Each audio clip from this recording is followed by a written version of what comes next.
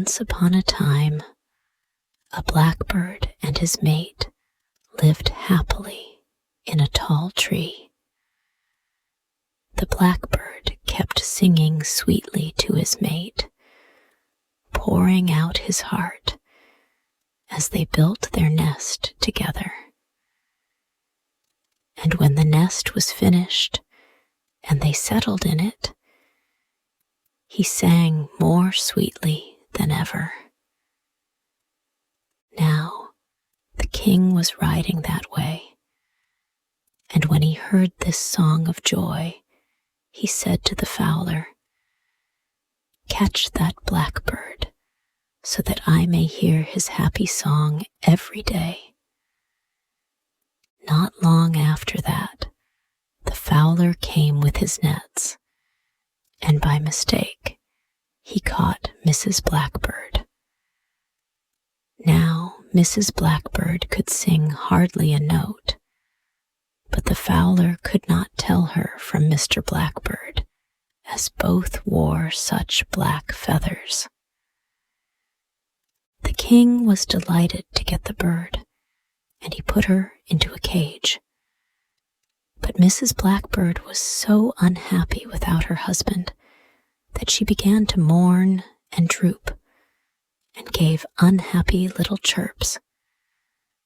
The king could not understand why he never heard the glad song of the forest, but he kept her a prisoner, hoping that someday she might sing. Now, when Mr. Blackbird heard that his dear little wife had been stolen by the king, he was very angry indeed. He made up his mind that he would go to the palace and make war upon the king, demanding that his wife be set free.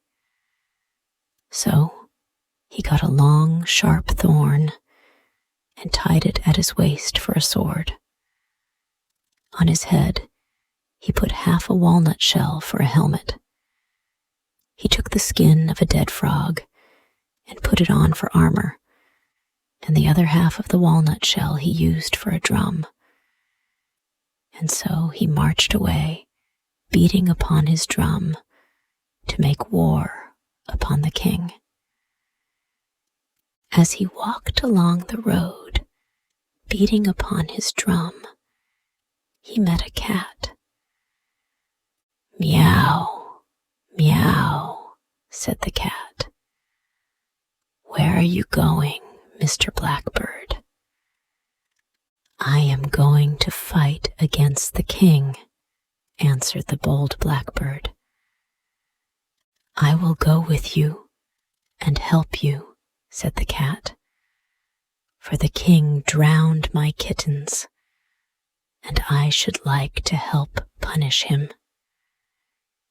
"Jump into my ear, then," said the bold blackbird, "and I will take you with me."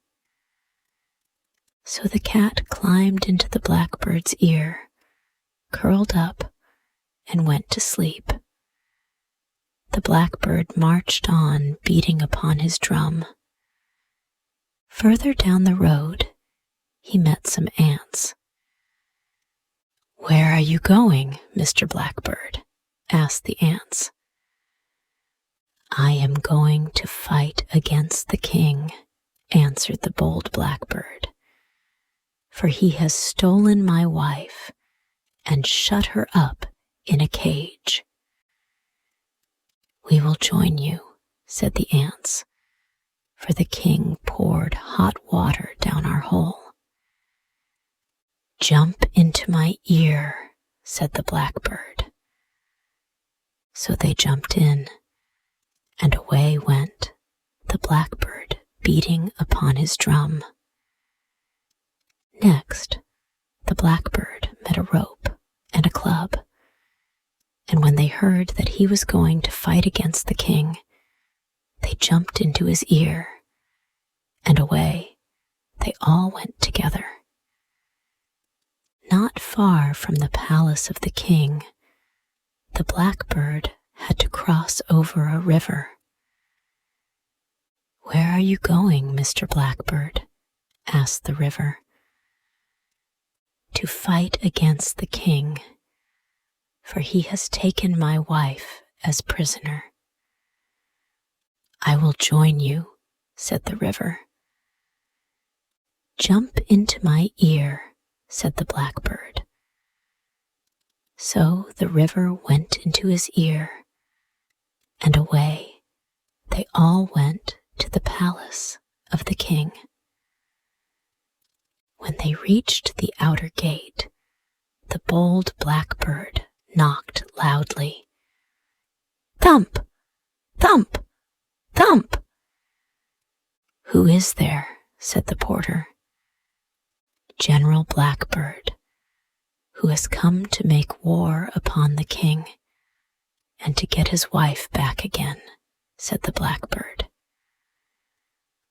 When the porter saw General Blackbird in his frog-skin coat of armor, with his helmet and drum made from a walnut shell, and with a thorn for a sword, he laughed so hard that he could scarcely open the gate.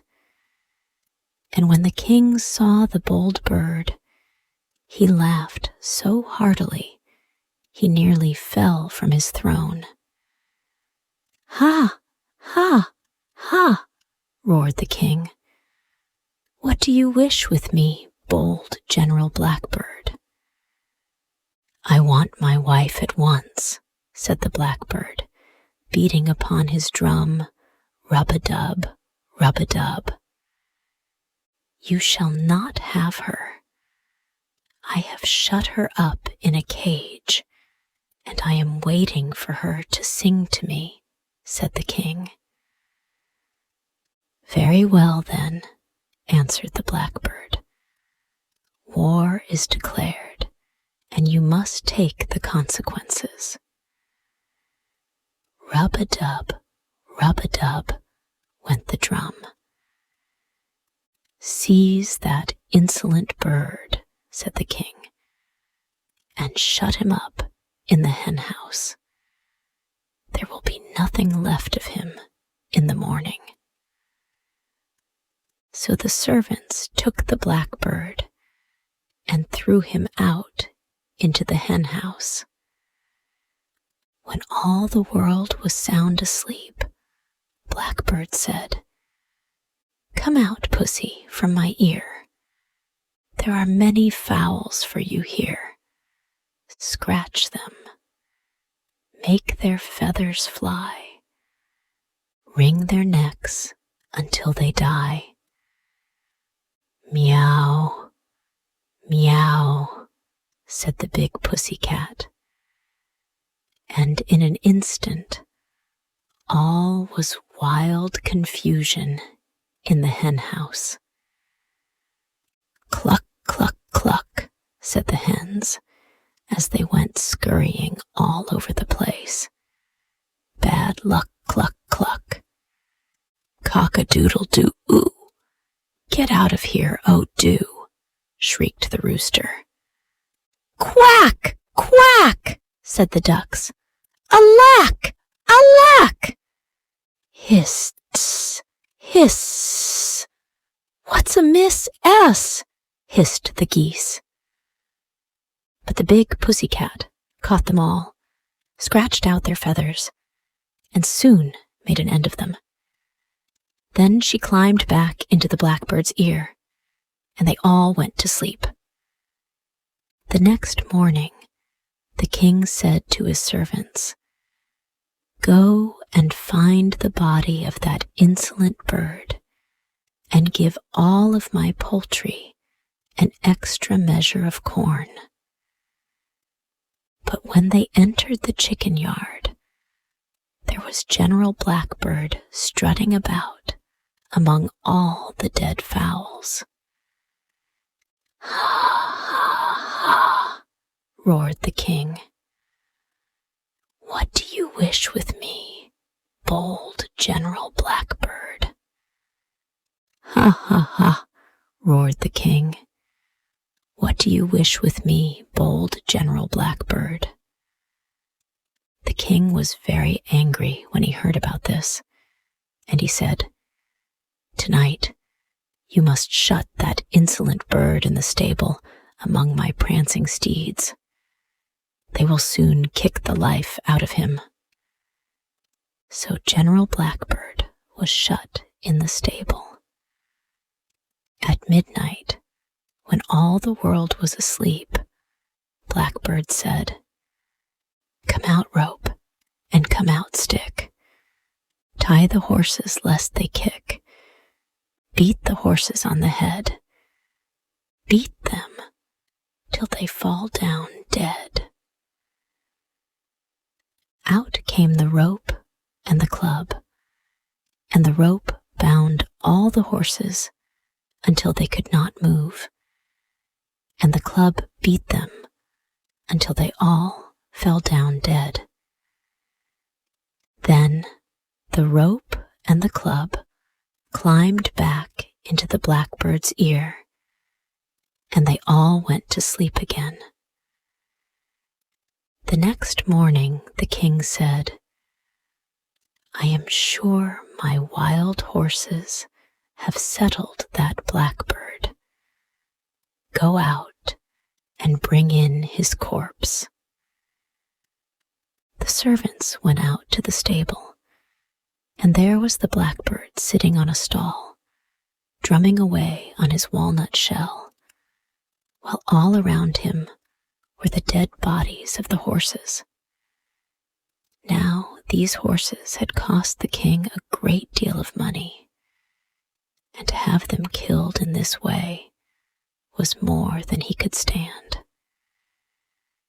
"That blackbird shall not trick me again," scolded the king. "I will kill him tonight. Put him in with my elephants, and they will crush the life out of him." So that night, the servants shut the blackbird up in the shed with all the big elephants. At midnight, when all the world was sound asleep, the blackbird began to sing. "Come out from my ear, you ants. Come and sting the elephants. Sting each trunk and sting each head. Sting them till they fall down dead." Then out came the swarm of ants from the blackbird's ear. They crawled inside the elephants' trunks. They burrowed into the elephants' brains. They bit them and stung them so sharply that the elephants all went mad and trumpeted wildly as they pushed each other about, tramping upon each other until they all fell down dead. The next morning, the king said to his servants, "Go and bring me the proof that the insolent blackbird is dead." But when the servants went out, there they found the blackbird playing upon his drum, while about him all the dead elephants were piled upon the ground. When the king heard this, he was furious, and he said, "I cannot imagine how he does this, but tonight you must tie him to my bed, and I will watch to see what happens." So that night, General Blackbird was escorted to the king's bedroom, and there he was tied fast to the king's bed. The king would not go to sleep, but kept awake listening to find out what the blackbird was doing. At midnight, the blackbird began to sing. "Come out, river, from my ear. Flow about the king's room here. Pour yourself upon his bed. Drown the king until he's dead." Then out came the river. Drip, drip, drip. Pour, pour, pouring out of the blackbird's ear. It flooded the room. The chairs and tables began to float about. Then the king's bed began to float, and the king himself was wet. At last the king cried out, "Oh, good General Blackbird, stop the river. I will give you back your wife if you will only be gone and leave me in peace." So the Blackbird stopped the river, took his wife, and they went back to their home. On the way, the Blackbird took all his helpers out of his ear and put each one back where he lived. Taking off his helmet, he said, with a low bow, "My friends, my wife and I appreciate and thank you for your timely assistance. Without your aid, I should never have been able to overcome the enemy." Then the Blackbird threw off his frog-skin coat of armor, put aside his thorn sword, his walnut helmet, and his drum, and he and his wife flew back to their home in the tall tree. He sang her a sweet song, and they all lived happily ever after.